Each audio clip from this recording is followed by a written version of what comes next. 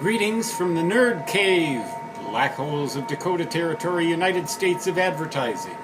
Stan Gibilisco here. As I've told you in other videos, I'm quite ill and may at some point, as the disease progresses or maybe it gets better, but it might get worse and then I will have to make some hard choices. Well, not so hard, really. I just read, I believe it was on it used to be the Fox News channel, foxnews.com, but I finally took that off my iPad and replaced it with CNN because I got panicked by too many stories on foxnews.com that turned out later to have just a twist of truth, just enough to panic me, but not enough to inform me as to reality, particularly having to do with Obamacare. But that's a little bit of a different issue than this. This issue involves someone who has presumably terminal cancer and has decided to end life by means of taking a pill, in effect committing assisted suicide, thereby choosing the date of death, the place, and the circumstances, and this particular person's loved ones are okay with that. Well, I can tell you right off that if my life were so diagnosed with some kind of terminal disease, I would never do that, personally. And the reason that I would never do that is because it is suicide, and it would break the hearts of my family. For one thing, my dad, having been brought up a strict Catholic, a Roman Catholic, believes that if someone commits suicide, they go to hell. Well, I don't know if there's any truth to that or not, but I can tell you this. If I were to commit suicide by that method, taking a pill or in the assistance of a doctor like Dr. Kevorkian or any other means of assisted suicide, assisted or otherwise, suicide is suicide.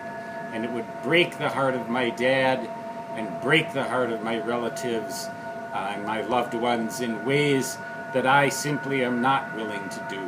I might be in pain. I might have trouble living from day to day. But never, ever, ever would I break the hearts of my family like that. Moreover, how do I know my dad isn't right? How do I know that if I were to commit suicide, I would or would not go to hell? I have a feeling maybe he's right, but the fact of the matter remains. Personally, I will never do such a thing. I am not suicidal, no matter how horrible I feel. Now, if it comes down to a point where I have to face a choice as to whether I'm going to die in my own home or die in some kind of a techno prison, that is to say a hospital, I would sooner do like one of my friends up on the mountain, a friend who built a cabin with his own hands, and he's getting old and frail and refuses to go to the doctor. Well, I'll tell you this much. He's in his 80s already. He built that place with his own hands. He loves that place. He'd have to be drugged kicking and screaming out of there to a techno prison, and I don't think that he'd ever allow such a thing. And perhaps neither would I. My heart's with him. Let me die in my own house. I worked hard for this house. I wouldn't say I love this house, but I want to stay here, and even if it means I have to die soon, or die with my family. Another of my friends was in such a circumstance that he knew the time that he was going to die. He could sense it coming, and surrounded by his family, he departed this earth, not by means of a pill or some other method of assisted suicide, but simply because his time had come. So if the decision of someone is to end their life that way in one of the states that allows people to do that, that's their choice. If their loved ones are okay with it, then I'm okay with it.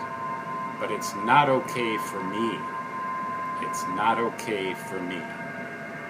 Stan Gibilisco signing off from the Nerd Cave in the black holes of Dakota Territory, where it's a raw, rainy day outside, but nice and warm down here with all this ham radio gear to keep me company while I live pretty well.